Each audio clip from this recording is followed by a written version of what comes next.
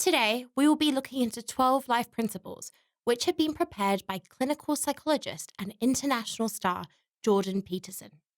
Today's book, Beyond Order 12 More Rules for Life, is a spiritual and part substantive continuation of his bestseller, 12 Rules for Life An Antidote to Chaos. Fortunately, Beyond Order is a better book than its predecessor and contains some really useful and timeless tips on the border of self-therapy, psychology, relationship building, and identity. So why is it better? You'll see some of my doubts at the very end after Rule 12.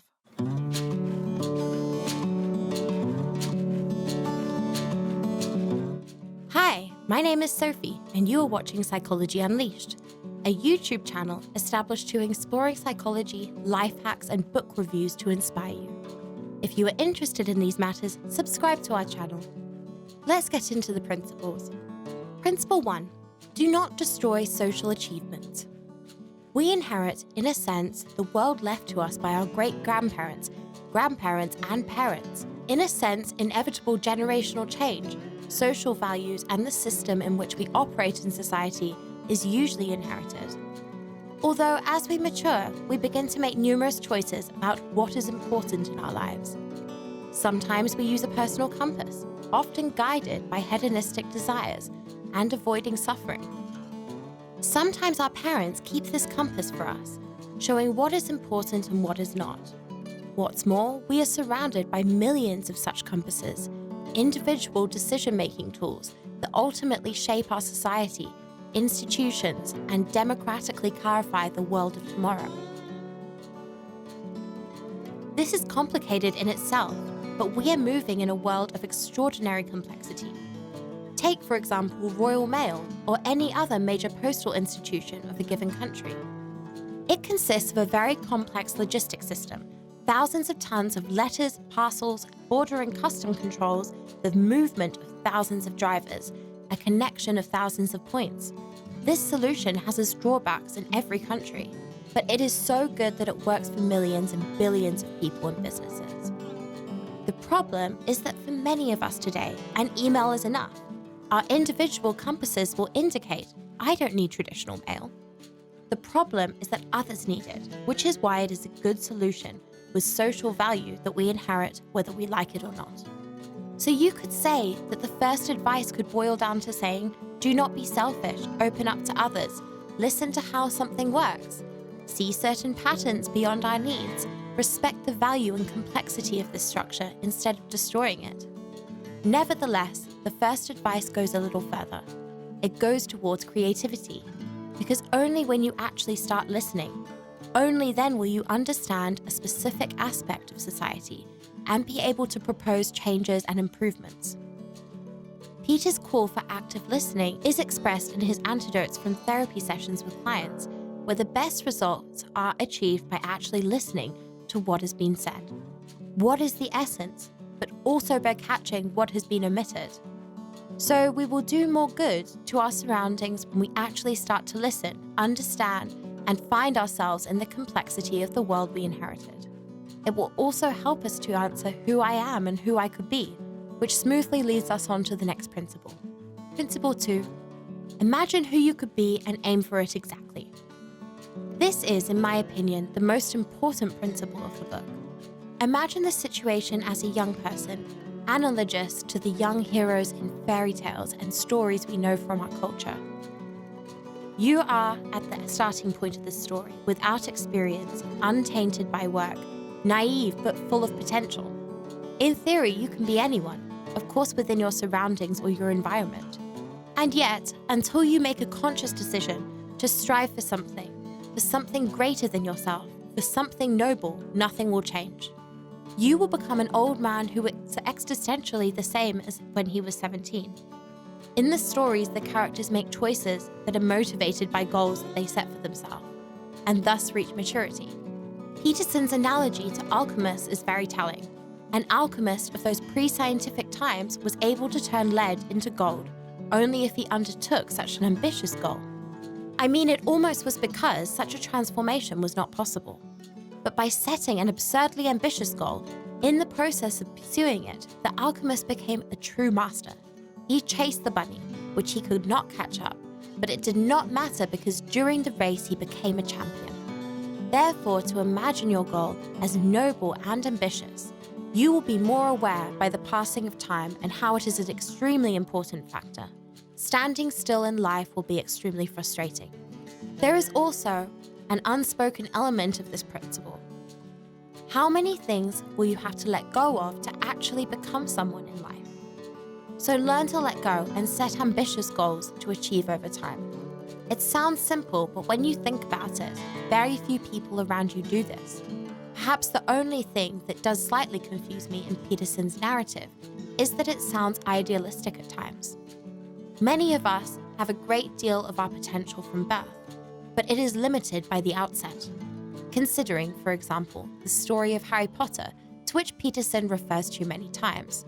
It is worth noting that in real life, a child who'd lost his parents and was raised for the first few years of life by despotic, unloving foster parents who kept him in a cupboard under the stairs, it would have the potential for that adolescent depression, multiple personality disorders, autoaggressive behaviors, and multiple complexes, rather than new life at Hogwarts. The potential he realized in the novel adopted very idealistic assumptions. We only need to function in pursuit of these ideals. However, it is a very important piece of advice that can change the lives of many of you and discover yourself and who you are. Principle 3. Don't hide unwanted things in the fog. The metaphoric title of this principle carries very important psychological advice, one of the most important that we can discover. It is so important that without psychological training, we are not able to easily catch it, and often only during psychotherapy we are made aware of this fact. Namely, we ignore unwanted emotions. We literally function as if they didn't exist. Dismissing such unwanted states does the following two things for us. It makes us ignore warning signals, and it teaches us to act against ourselves. At the core of psychology and understanding emotions is the premise of causality. This means that every emotion that appears in us, most often in the form of a specific thought and feeling, has more or less a logical cause. The second assumption is the assumption of inevitability. Emotions will arise in us whether we like it or not. The only thing that we can control in the process of emotions is our reaction to them. We cannot stop them and we cannot change them. An emotion, especially an unpleasant and unwanted one, often grows up as a warning signal that we don't like something, that something is harmful to us, that something is happening to us, that we have different preferences, that we want something different, or that we have a disturbed perception of an event. It is a very good step not to suppress our own emotions. Let them appear and listen to them. This is a very basic and common sense orientated psychological advice, so much ignored by people who have learned to deny their emotions and their needs in the course of their lives. Emotions can also be linked to the challenges that we have had before us and hide. Problems in marriage, problems with addictions, problems with finances, which we know that if we leave them, they will not go away, they will only become worse. Therefore, it is worth listening to yourself and it is worth reacting adequately to the emotions that arise. Principle number 4. Opportunity lies where responsibility is lacking. People miss many opportunities in life. Why is this? Because the opportunity almost always looks like more work, and more work is an unwanted thing for people who in particular get tired of their work. Let's face it, aside from certain narrow groups of specific personalities and workaholics, work will always fail with immediate gratification and pleasure. And there is no need to tire yourself out because of it. This is how it is. Life is not for working and getting tired in this work. However, later we complain that nothing good happens to us in life. And when it does, we are completely unprepared for it, and most often we refuse. So the first step you should take is to keep a close eye on your professional environment. Step 2 is to answer the question, what would happen if I took responsibility? Imagine yourself for a moment as a leader in a given professional and life situation. The person who takes the initiative in a specific project and starts making decisions that affect not only themselves but others as well. It starts with little things. Make food for your guests. Add juice to the guest glass when you see it is ending. It goes also through to more difficult things. At work, offering to complete tasks that have been completely abandoned by others or completely ignored by the team. When someone has abandoned responsibility, left a project, if you show up and show that you're not afraid to roll up your sleeves and do a difficult job, you will do yourself a favor in the long term, also for your self-esteem. This is the leadership attitude, taking the initiative, taking responsibility. This is on several levels that will give you a better perspective. First, it will show people around you that they can trust you, that you are a reliable work partner and also a good host. Secondly, you will naturally build your place in a given hierarchy, which is in the long run, although it costs more effort, brings better rewards, for example, a greater chance of a promotion, better friendships and alliances. Principle 5, don't do the things that you hate. It sounds obvious, yet people do these things. They do things that destroy them under the guise of certain motives. It is a spiritual extension of his principle to always tell the truth, or at least not lie from the previous book. Because you have to admit that life is complicated, and we can really have a difficult time. But even in such difficult situations, it is better to keep some ethical backbone rather than be sold and do the things that you hate. From simple things like work, when you go to work and do what you hate for a certain wage, you actually go back in development instead of developing. Nevertheless, if the circumstances force you to do so, try to do it for as shortly as possible. Try to escape from this place that is destroying you. You may like it as well, but then suddenly discover that it is harmful anyway. But ultimately, it's up to you to make the decision. No one will live your life for you. However, if you hate this place, strive to change. Put extra effort to dig out of this hole in a month, quarter, half a year, or a year and find another job. So don't do things that clearly hurt you. It sounds cliche, but when you look around, people around the world are doing these things all the time, making excuses, with great talent, acting like a beetle lying on its back and unable to turn around. Principle 6, give up ideology. It is, in a sense, a spiritual continuation of Peterson's famous principle that before you go and change the world, clean your room or step out of this metaphor. Take care of your well-being and your surroundings before pointing your fingers at others and trying to fix the world from a messy place. I have a few problems with this principle because this metaphor completely ignores the fact that contractual mess in your environment can be caused by the way the world is arranged, and first you need to change something in the world to be able to clean effectively. This criticism was perfectly expressed by Slavoj Žižek in the famous debate with Peterson, who rightly accused the inhabitants of North Korea that clean up your room is an extremely absurd and arrogant advice, where in the first place the system is to be changed, because their metaphorical room is in a disorder precisely because of the authoritarian system. On the other hand, the problems of the people of authoritarian Korea should not be an excuse for you to sit down, do nothing, and grumble that the advice is stupid. According to Peterson, abandoning ideology has this post-Nietzschean thought that not only society has abandoned God and religion, and therefore has problems with the compass of morality and ethics, but within this emptiness, it fills it with fragile creations. Societies are consumed by omnipresent nihilism, lack of faith in any social established system, disappointed with capitalism, communism, democracy, intermediate systems, disappointment with religious systems. All this boils down to the accurate observation that modern societies follow a nihilistic path, where it is difficult to respect any value. What Peterson points out is a consequence of this conclusion, i.e. the adherence of young people to numerous ideological movements tailored to the need of movement fragile without depth, which, unlike the systems that have been established for years, have a very simplified and black and white way of perceiving reality, antagonizing people, creating artificial social divisions, and imposing the narrative of the relationship between the victim and the oppressor. These narratives shift the responsibility for misfortunes to a very simple enemy that needs to be destroyed, making people often lose themselves in this fight, seeing themselves as noble warriors who sometimes simply escape into this narrative, avoiding confrontation with their own weaknesses.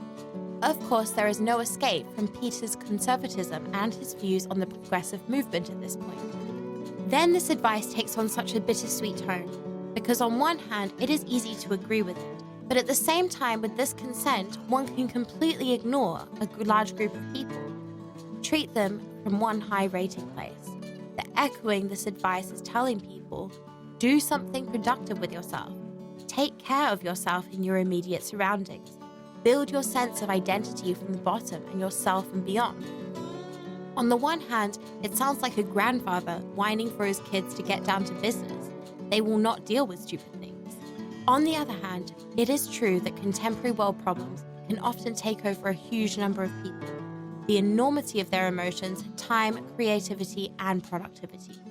Keyboard activism and signaling false virtue are often in this confusion, indistinguishable from those actually injured and acting. Therefore, this advice has a bittersweet undertone, because on one hand, it is easy to unfairly assess the actual victims of a given situation and system.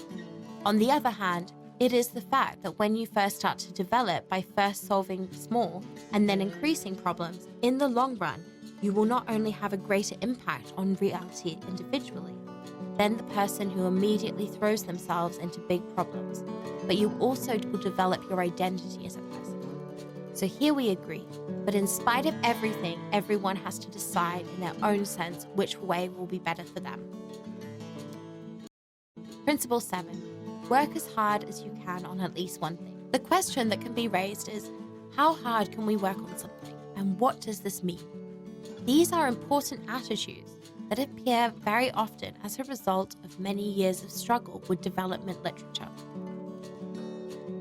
To challenge myself to work on the edge of my own competences so as to constantly develop a little and not fall into a routine.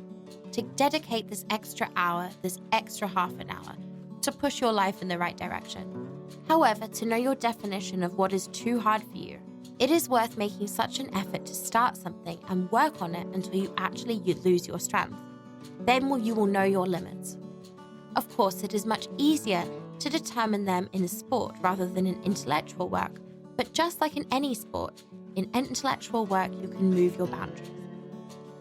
So write down your goals, and by knowing your limitations, try to work at the limit of your endurance in order to constantly develop. Principle 8. Decorate at least one room in your apartment. The advice to beautify one room in your apartment is quite new to me. It is somewhat an extension of Peterson's famous room cleaning, but there is more to it than that. Competency is actually built, as we said in Principle 6, from the bottom, from the little things to the bigger things. It is reasonable and it builds our value. Clutter literally struggles for your attention. We subconsciously register things that are at the sides of our field of view. This subconscious registration fosters our distraction. Moreover, a mess is conducive to chaotic and impulsive decisions and worsens our productivity. Surprisingly, it generally leads to poorer life choices. Therefore, order is in the first step. Nevertheless, we aren't just talking about embellishments here. It is more than that. It comes down to consciously paying attention to details. If you want to beautify something, you usually have to start with the details. Maybe you will throw away an old piece of furniture, maybe hang something on the wall. You often want to do something that will somehow reflect your personality or give you satisfaction. Look at it from the other side. Most kids have a corner in their room, posters with their idols, stickers, their subjective version of a beautiful place. Beauty is precious. Beauty is something we often strive for, admire, and stimulate our creativity and delight. And it is worth arranging your space according to this idea. Principle 9. If you are tired of things from the past, write them down in their entirety. This principle reflects one of the key values of journaling. Diaries are self-therapeutic. Maybe not for everyone, but they can really help. Why is this? Writing is the key thing when keeping a journal. Writing is synonymous with thinking, only it has more rigor and order. This means that when we write, we are able to organize and formalize our thoughts. So if something is following you from the past, and you are tired of it popping up in your memory or in your life, apart from the classic psychotherapy, you can also try to write a personal journal. and write down your memories, as Peterson advises, in full, in his own words.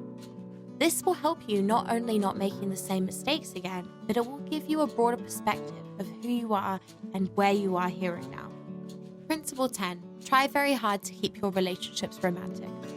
Undoubtedly, romance in relationships disappears with time. At the beginning, thanks to the support of hormones, which we almost have zero control over, it is very easy to maintain romanticism for several months. What happens next? We will see this answer in divorce statistics and in various marital wisdoms.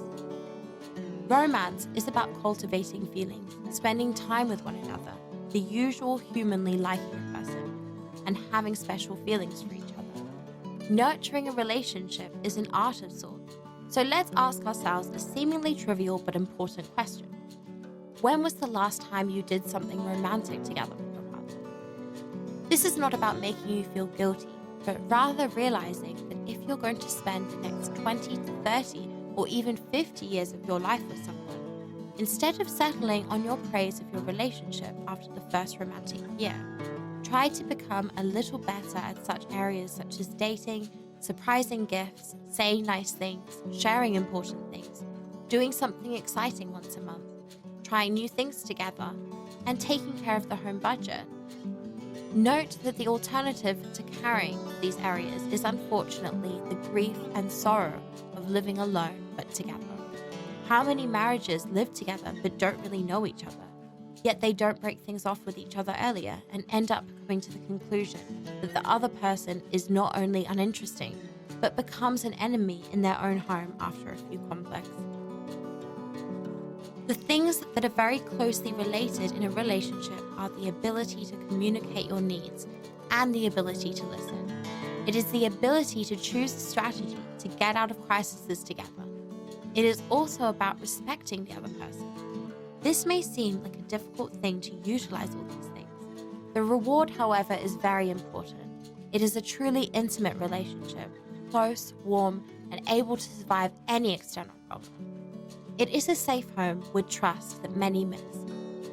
A strategy of talking to each other on very important topics for at least 90 minutes a week will be a good start. Asking important questions about opinions or needs is the key to getting to know yourself better. Throw in 90 minutes at least a week for a date night, or spending time together having dinner at home, or talking about things that you have found interesting now. Principle number 11. Don't let yourself be insulted, sneaky, and arrogant all the time. We have something in psychology which is called a bias towards negativity. This means we pay more attention to negative events around us. In itself, this is a huge threat in the modern world, because as a result of a combination of several random but quite probable events, you will have a strong belief that the world is cruel, unfair, full of evil, cheats, and general corruption. Worse, because you will often have the impression that it is all allied against you. Because let's agree, you will meet many adversities on your way. So it's easy to narratively describe your world around you as an unpleasant place full of enemies and fighting. I speak narratively on purpose because we operate with two types of learning about the world: the rational one based on facts and the narrative one based on the general feeling of how we are doing. A bit as if we were actors in a movie. The narrative way of thinking is this way of describing the plot. Maybe it's an action movie, a thriller, maybe a drama or a comedy. Returning, however, to our natural tendency to negativity, most often narratively, the world and our narrative about it will not be a pleasant place. This narrative narrows our worldview and often means that narratively we are in some wildly distant place, forgetting that we live here and now. So ask yourself an important question. What is my world made up of? And then follow it up with the question, and what does it consist of at present? Our narrative begins with waking up in the morning in bed. The first contact with a partner or family, being able to live in this narrative and not bring any anger or arrogance into it from another part of your narrative, is the art of living in harmony with yourself and with what's going on around you.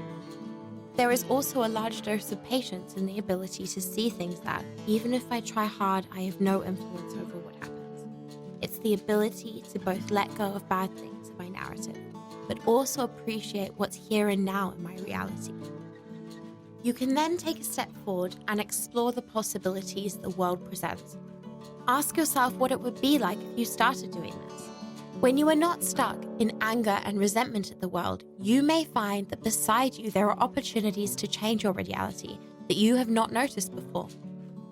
Principle 12, show gratitude regardless of suffering. Practicing gratitude is a well-documented method of increasing our satisfaction with life, be it in the form of religious prayer or a ceremony such as Thanksgiving, celebrating important memories in life, or simply affirming and practicing gratitude on a regular basis by regularly thanking others for their support. This is the most recommended and useful advice.